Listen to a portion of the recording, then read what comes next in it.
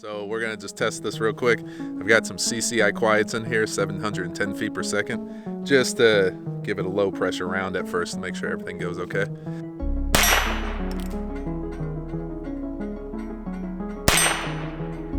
All right. It's got good accuracy. Shooting a little bit to the left, but it's all right.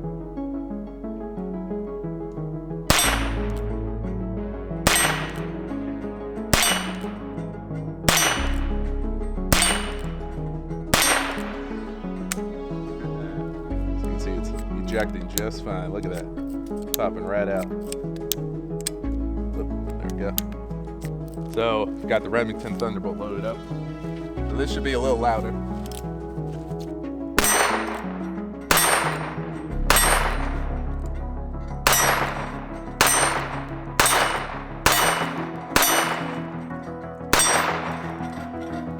All right. Yeah, that's the last round.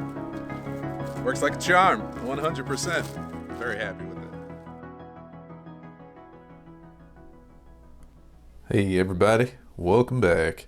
So this is going to be the part 2 of the Heritage Custom Rough Rider build. So if you didn't see part 1, that was just simply barrel removal and installation. And I basically took this 3-inch barrel here from this frame and put it on this case hardened frame.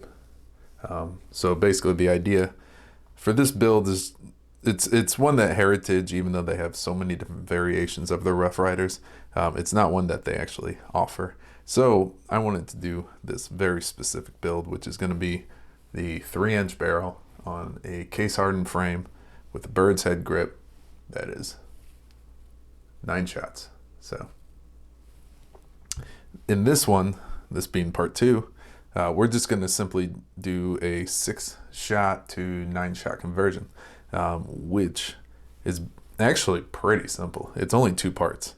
So the 6-shot one has this, I believe it's called a cylinder hand, and the 9-shot has this one, which is just slightly different.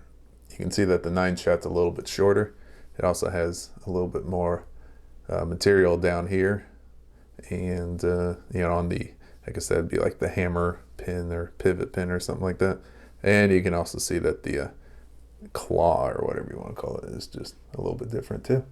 So basically we're just going to be swapping these 2 pieces out. And so here, don't want to get mixed up. So that one's the 6-shot. This is the 9-shot. And then the only other piece that you have to replace for the conversion, I mean, obviously besides the cylinder itself, you do not want to shoot a 6-shot cylinder with the 9-shot pieces, and vice versa. You don't want to shoot a 9-shot cylinder out of a 6-shot revolver. So keep that in mind. But the only other difference between the 6 and the 9-shot is also going to be the hammers here. And so you can see that the 6-shot hammer is actually the one on the left here. It kind of has these little pointed parts in this channel, whereas this channel is just completely smooth. And then if you flip it over, you can see that same thing. Got little points in the channel there, but also this one has a little bit of material taken out where I believe your cylinder hand kind of rides in. Again, there's a little bit of extra material there, so that's basically just gonna sit right into there. So without further ado, let's go ahead and put this together. I kept it apart, or I took it apart off camera. If you don't know how to take this apart, it's incredibly simple, and there's plenty of videos showing it. All you really need is a small screwdriver, flathead screwdriver of some sort, and I think that's it. So anyways, let's go ahead and get this back together. And the reason why I haven't really assembled this at all before the video, except for the cylinder or the ejection rod right here assembly, is because you do want to start with these 2 pieces. So we're going to go ahead and take the cylinder hand, and you can see there's a little channel here on the left hand side. I did this, I started that wrong. I think what you want to do is you want to stick the cylinder hand into the hammer like that, and then just go and push them in together.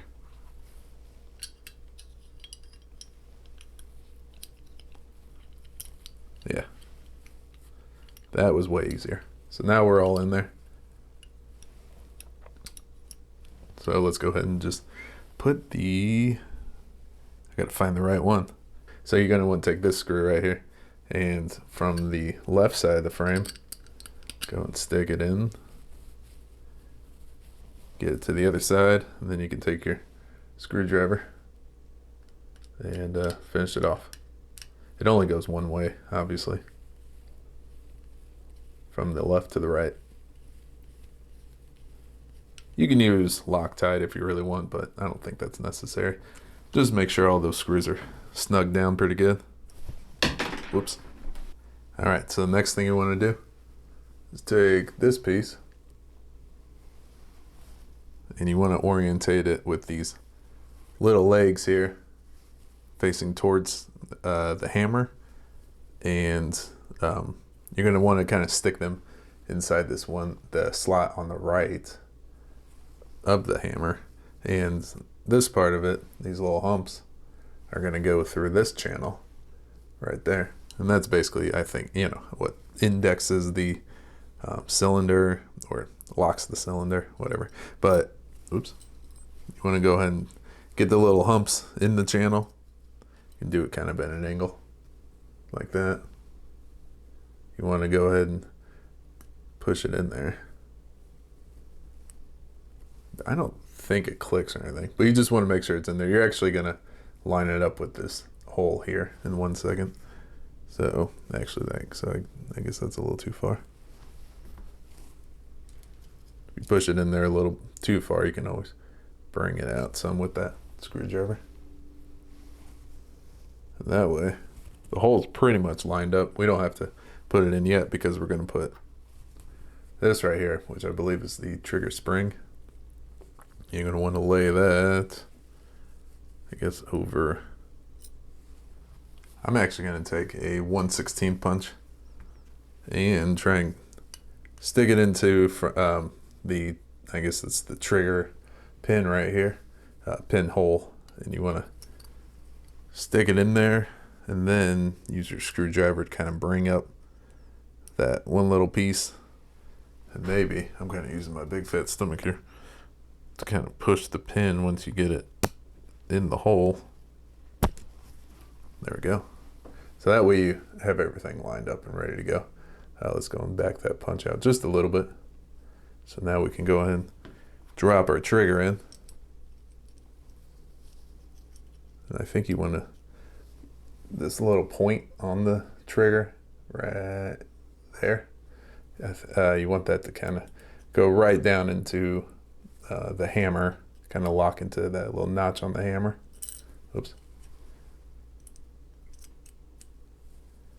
And then while holding it all in place, go and push the punch through just a little bit. Just a little bit more. There we go. So now you can see that the trigger's in there. And it's ready for the trigger pin spring, or trigger pin screw. So you go and take this guy, and we're gonna go ahead and slowly put that screw in while taking the punch out. This is probably one of the more difficult parts, but I think you can sort of just finagle it in there. It's a good word, finagle. Let me actually use a screwdriver. Pull up a tad bit here.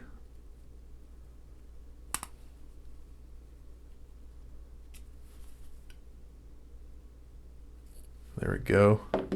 Now it's just a matter of getting that screw in there, which you can actually kind of turn it. I think the threads will sort of help it sort of work its way through.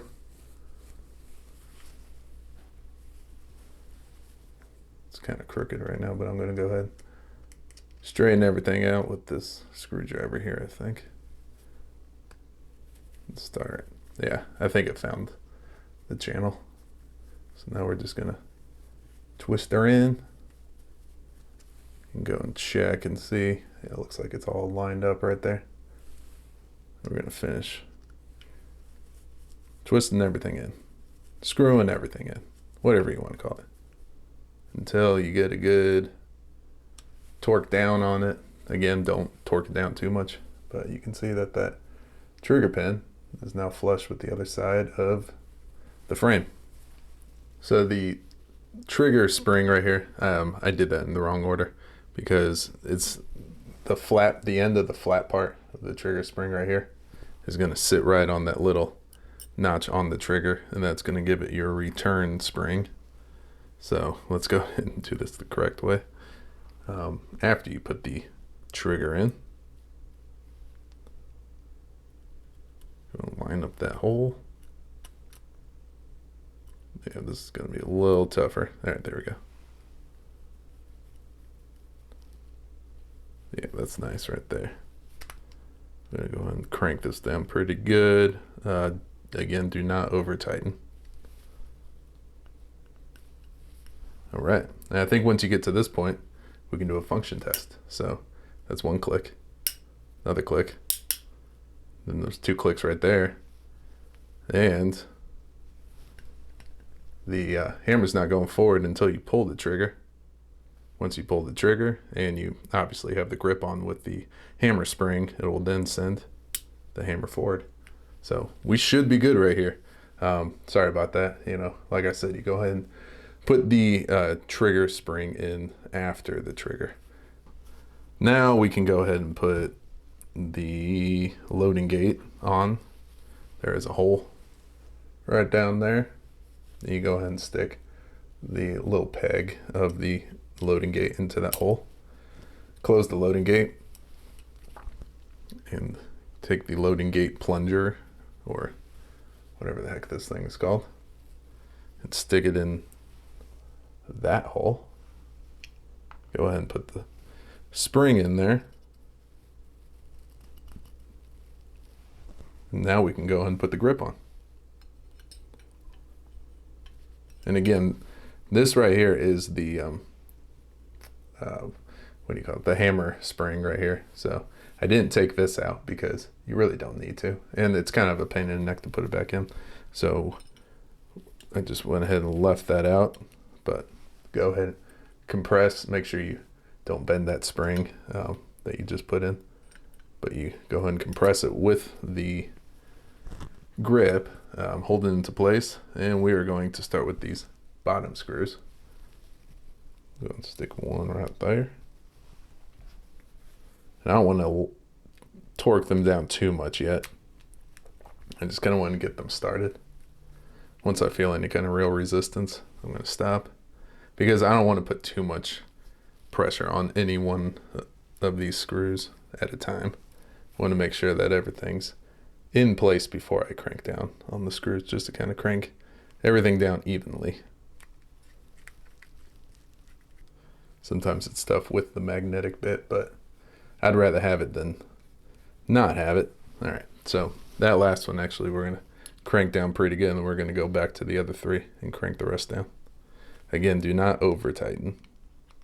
This Zamac metal is pretty soft.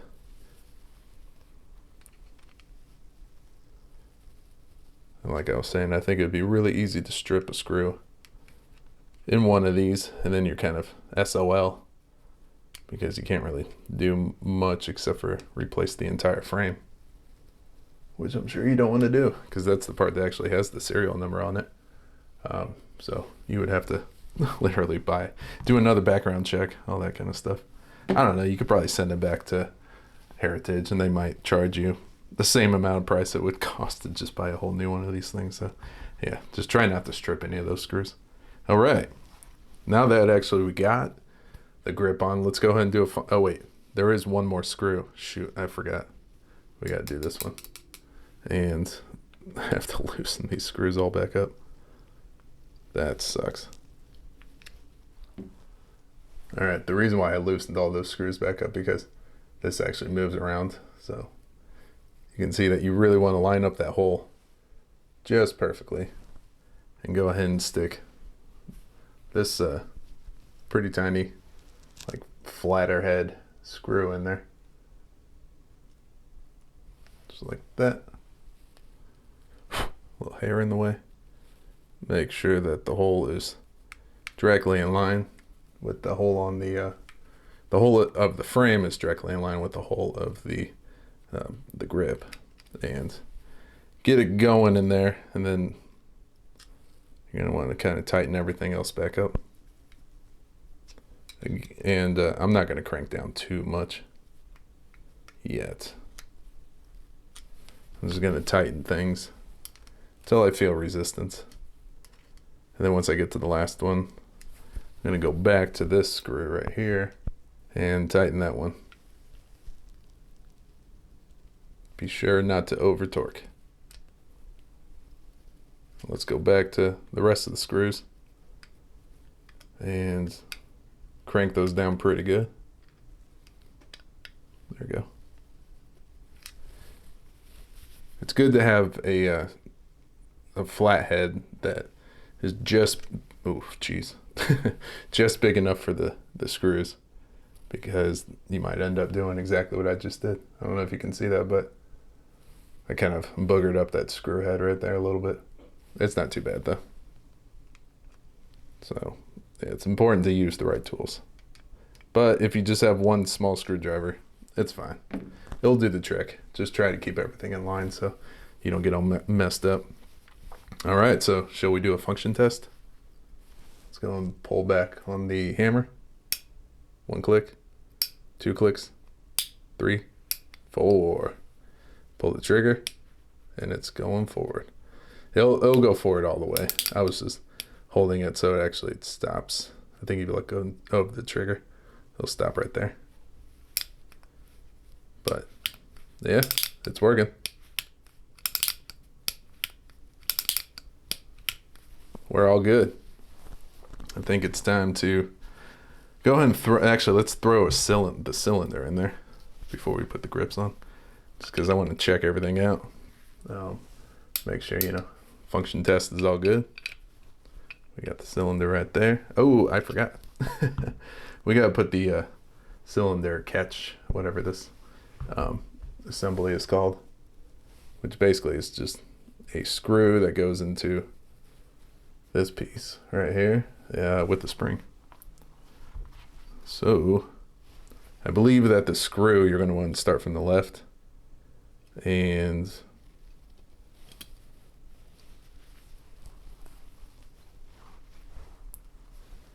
put this piece with this flathead top right here on the right hand side.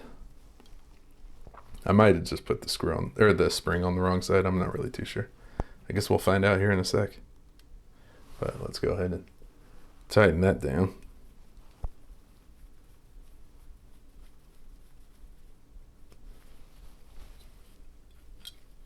Is that correct? Maybe I did that wrong. That looks wrong. Let's do it the other way. Actually, I had it right the first time. You do want the screw on the left side of the frame with the spring, and then that other piece on the right side of the frame. And then what we're going to do is take the what do you call it, like the cylinder rod, and you're going to want to go, since it's just a 3-inch barrel, in order to put the cylinder rod in, stick it through the ejector rod handle. Go and press down on this right here. And it's not the easiest with the 3-inch barrel, but there you go. We're all snapped in there, all good to go. So she's looking pretty good. I did kind of mess up that screw a little bit, but that's okay. It's really no big deal. Let's go ahead and take the rod out a bit. What's really nice is that you can actually hold the rod in there just like that up to the ejector rod handle right here, and have full clearance to be able to put the cylinder in and out. Oop, loading gate. Boom. Oh, she's looking pretty. Let's go and stick the cylinder rod in. Yeah. All right. 9-shot revolver without the grips, but let's just function test real quick. All right.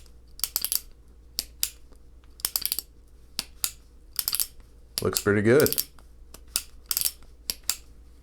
You do want to make sure, obviously, that those the chambers are lining up with the barrel, and it looks like that it is. It's lining up just fine. So feels really nice, actually. That's a nice trigger right there. I don't know, maybe like 4 pounds at the most, but pretty crisp pull. I mean, it's not the lightest, obviously, but that's probably like 3 pounds, really. It's not too bad at all. It's a really nice trigger.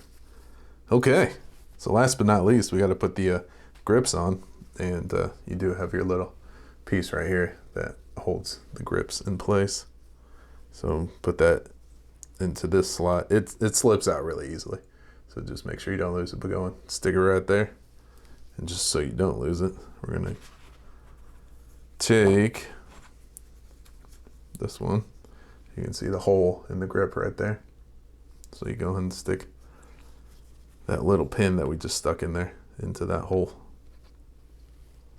and line everything up. So I'm going to go and take this opportunity right now to say that these are not going to be the grips that I'm going to be using. This is just simply what came with the bird's head grip Heritage Rough Rider that I got, but I eventually want to get some different grips, and when this gun is all put together, you know, I'll go and make that part 3 and show you guys the finished product. But for right now, I gotta say, this looks freaking badass. I like it. I really like it a lot. That is so cool looking. Nice. I don't want to drop the hammer on an empty chamber. One thing we can actually do, let me go ahead and take the cylinder pin out. It's a little hard to do with gloves, obviously.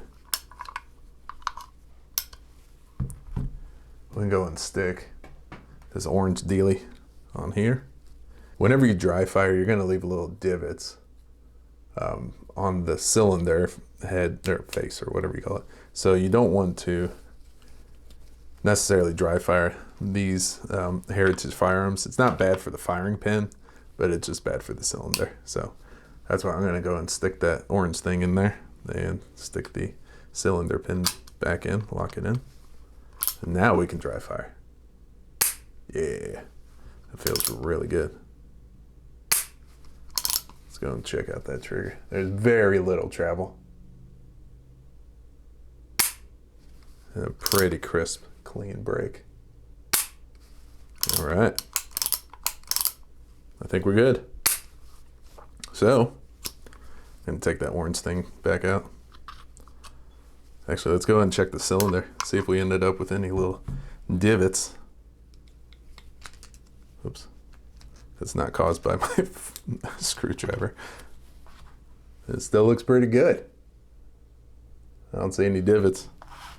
But you can see right here on this orange piece that it was like that. You can see those little divots on the edge right there. That all would have been on your cylinder if you were dry firing it. So keep that in mind. You can dry fire modern 22s, no problem. But this, these Rough Riders, or these Heritage revolvers in general, I would not recommend dry firing. Oop, trying to line everything up. There we go. Probably stick some oil on that cylinder pin. So, all right. There she is. We're gonna go and take her out and just show you that everything's working just fine.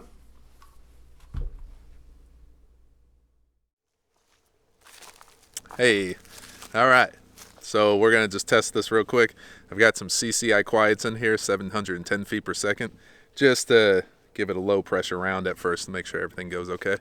And then we'll bump it up to some Remington Thunderbolt. So This, again, is a 9-shot revolver, so let's fire off these 9 rounds. We're at about 10 yards.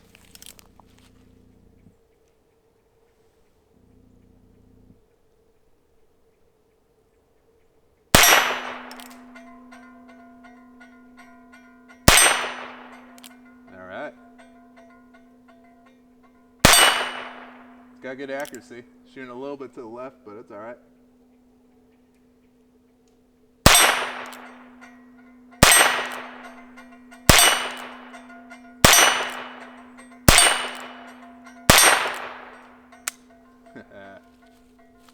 Pretty good grip right there.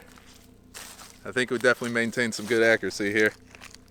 Those CCI quiets are so much quieter than regular rounds. But yeah, and then obviously ejection is just fine. Oops. I got a, there we go. I got a rim that was stuck in there, but as you can see, it's ejecting just fine. Look at that, popping right out. Oop, there we go. Last one, there we go. All right, let me load up with a spicier round, Remington Thunderbolt. So give me 1 sec. All right, she's working great. It's really nice having 9 rounds too instead of 6. So I've got the Remington Thunderbolt loaded up. So this should be a little louder.